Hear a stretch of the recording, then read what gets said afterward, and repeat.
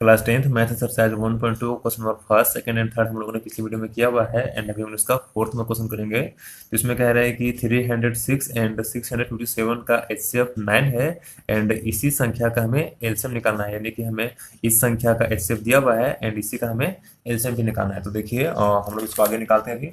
तो ये हमारा क्वेश्चन है एंड हमें इसका एचसीएफ दिया हुआ है एंड हमें इसी संख्या का एलसीएम भी निकालना है, ठीक है।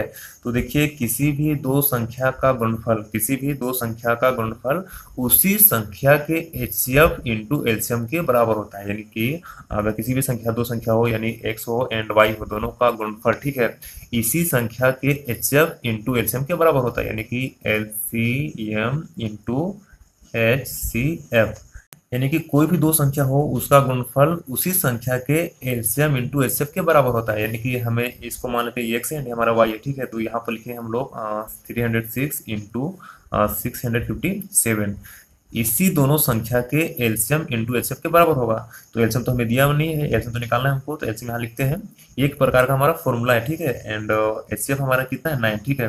तो हमें एलसीएम निकालना है, तो 9 को हम लोग इधर ले आते हैं, तो यहाँ हो जाएगा 306 इंटू 657 एंड इस 9 को इधर ला रहे हैं तो ये हमारा अपॉन में आ जाएगा, क्योंकि यहाँ पर तो इंटू में है तो यहाँ अपॉन में आ जाएगा एंड ये 9 से कट रहा है 3 4 बार में, ठीक है, क्योंकि 9 3 10 होता है एंड 9 चौक 36 होता है, इस तरह से। एंड अब इसको गुना कीजिएगा तो आपका आएगा 2 2 एंड 3 3 एंड 8 आएगा एंड यहाँ पर आपका एलसीएम बचा हुआ था ना, तो एलसीएम हो गया एंड यहाँ भी आपका एलसीएम हो गया, ठीक है। तो ये देखिए एलसीएम आपका डायरेक्ट ही निकल गया।